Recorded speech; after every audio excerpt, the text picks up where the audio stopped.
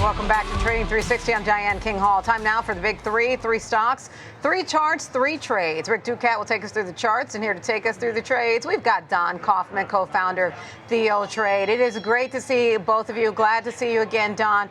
All right, so Don, let's talk about the first one that's on your list. You've got Lululemon on your radar. Stock down more than 2% today. It's been under some pressure this year. It's got tariff exposure. Tell us your views on this one.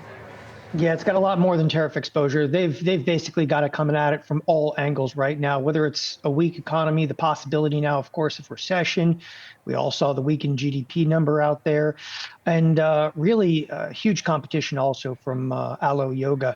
So their margins are getting squeezed in every direction, every way, shape, or form. Price action kind of speaks for itself, which we're going to look at here momentarily, but this is pretty definitively a bearish trade for me. The first setup right now is going all the way out to the July 18th expiration on what is buying a bearish put spread. I'm going to be buying the 220 puts and selling the 210 puts.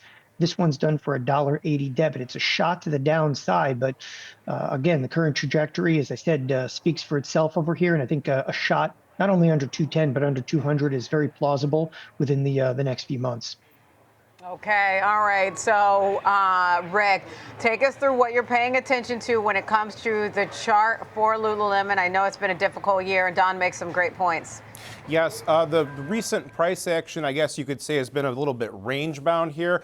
We did have this dip out of our downward sloping channel here during this tariff news related influx. And now we can see that although we've recovered back into the boundaries of our channel, we're not out of the woods by any means here. We're still below our yellow 21-day exponential moving average. We filled the gap, but we failed to really close above our previous high close there. So our gap level comes in right around 276 at this red line here. So we haven't taken out either of those key high water marks yet here.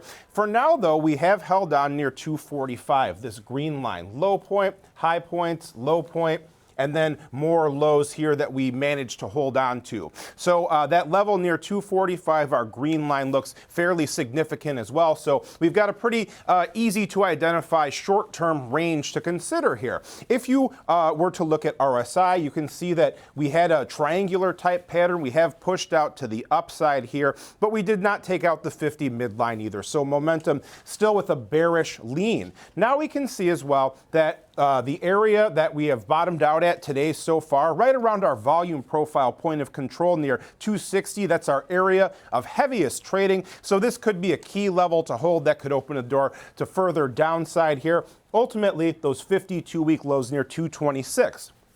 To the upside, another volume node comes in here near our 63-day exponential moving average in orange. That's near 307. But first, we'd have to take out that old ceiling here at that red line near 276, Diane. All right. Don, any final thoughts you want to leave us with on Lululemon before we move on to the next trade?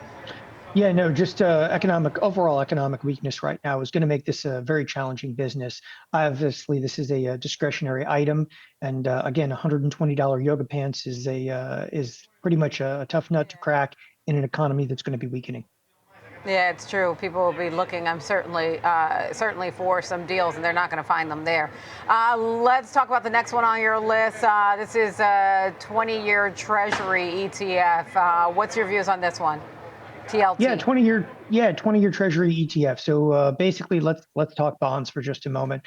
So the ADP jobs report came out today, relatively weak. We'll see obviously non-farm payrolls later this week, but regardless of that, I do believe we're actually going to see the Fed and specifically Jerome Powell kind of do a little bit of about face. He's going to get on board with some of the politics right now, and he's going to go what I term Jerome Powell is going double down dove, which is probably going to be a significant rally inside of the bonds. I'm going into the TLT. I'm going to go the May 30th expiration. I'm going to buy the 91 call, and I'm going to sell the 96 call. It's a $5 wide call spread for a $1 debit. Again, look for Jerome Powell to finally get on board. Look, just getting a weaker jobs report from ADP is a little bit of a warning shot. The GDP is a warning shot. I wouldn't worry about the PCE indicator. Inflation is not going to be a problem if people are losing their jobs, and that's going to be the mandate number one in Jerome Powell's book. All right, I like the alliteration there, double down dove. That's the first I've heard that one. All right, Rick, talk to us about the chart for TLT. So the 91 area stood out to me as well. That's one of our shaded areas on the chart here. You'll see those will line up with our volume nodes momentarily here. But for now, you can see that that general range about where we topped out in yesterday's trading between 90, 91 around that area here. So we can see that price, after holding the line at our lows near 85, we have made a series of higher lows. We've crossed above our moving averages, yellow 21-day and orange 63-day. The moving averages are starting to reverse their slope from downward to upward. So that gives us some signs of potential trend change here. RSI broke above the 50 midline as well. And now we can see that if we were to add in our other studies here, volume profile and standard deviation channels, we can see that we have a confluence here. We've got our linear regression line, which is our line of best fit. That's our solid blue line, pretty close to our moving averages. So that area near 89 to the downside would be key to hold on to. And then there's a volume node as well near 88. So two levels that traders may have their eyes on for potential support to the downside. To the upside, you can see here's our volume node, and that's our point of control. So even though it didn't cleanly line up with any specific price highs or lows here, this could be a notable area, 90.83. So right around 91 would be kind of the breakout level that some traders might be looking for, and then looking to fill the gap here that lines up with our +1 standard deviation channel just below the 93 level. Okay, and Don, let's move on to your final trade. You've got Target on your list. I know this is a bearish approach that you're going to take here. It's had an incredibly difficult year, but talk us through your thesis here. Yeah, that year is not going to get any better for them right now. One of the things that was a real standout inside of Target is the most recent rally that we've seen in the marketplace, this what I term a bid back under the S&Ps. There was a fairly high correlation to most of the marketplace, right? So if you're looking at the S&Ps rally back, you should see basically most of the other stocks in the S&P 500 rally back.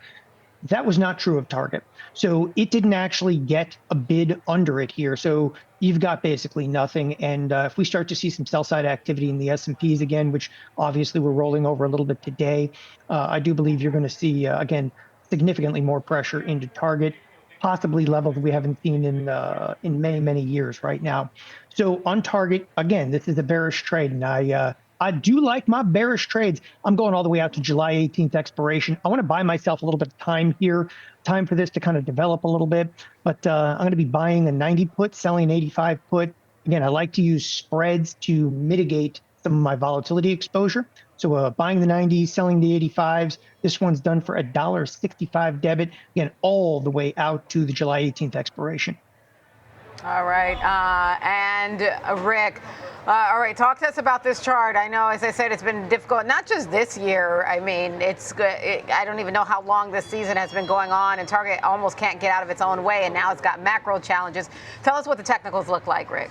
Well, I mean, not very good, to give you a very brief answer there. From a bullish perspective, at least, if you have a bearish perspective, then I can see the thinking behind Don's trade there, because we're quite close to those 52-week lows here, 87.35. We have failed to take out our yellow 21-day EMA numerous times during this decline. We have our downward sloping channel. Even though we've pushed out of the channel, we have not cracked that 21-day EMA yet either. RSI, despite forming some bullish divergence and doing its breakout above its trend line, has not taken out its 50 midline yet either. So momentum remains bearish. We did not take out our previous highs that we established after our gap down. We never even came close to filling the gap near 104. So now that we have broken out of our trend line sort of here, we could be in store for a retest of that level. That would be another key point to keep an eye on going forward here. But if we were to add our other studies, we can see some very clear volume nodes, some clear areas of trading activity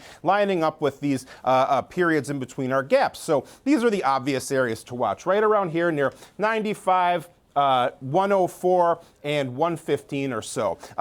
And if we were to look at a very long-term look, a 10-year weekly chart, we can see that we are at a very low point here. We had an old high and then another high, and then we came near that level again here. So around 87 is a long-term area to watch. That's about where we held on recently. It's quite a fall from grace for this name. Okay, certainly quite a fall from grace for Target. Don, any final thoughts you want to leave us with regard to Target or any of the other trades on your list today? Yeah, one of the reasons that I'm taking some bearish trades is like, look, the marketplace has been under extreme pressure, right? We flattened out a little bit, rallied back up, but looks like we're going back into another period of volatility here. Go with low-hanging fruit. And taking some bearish positions on the retail side is more than warranted at a period of time of volatility. All right, more than warranted right now. That's the word from Don Kaufman, co-founder, TLT. Appreciate your time. And Rick Ducat, our lead market technician. Thank you both.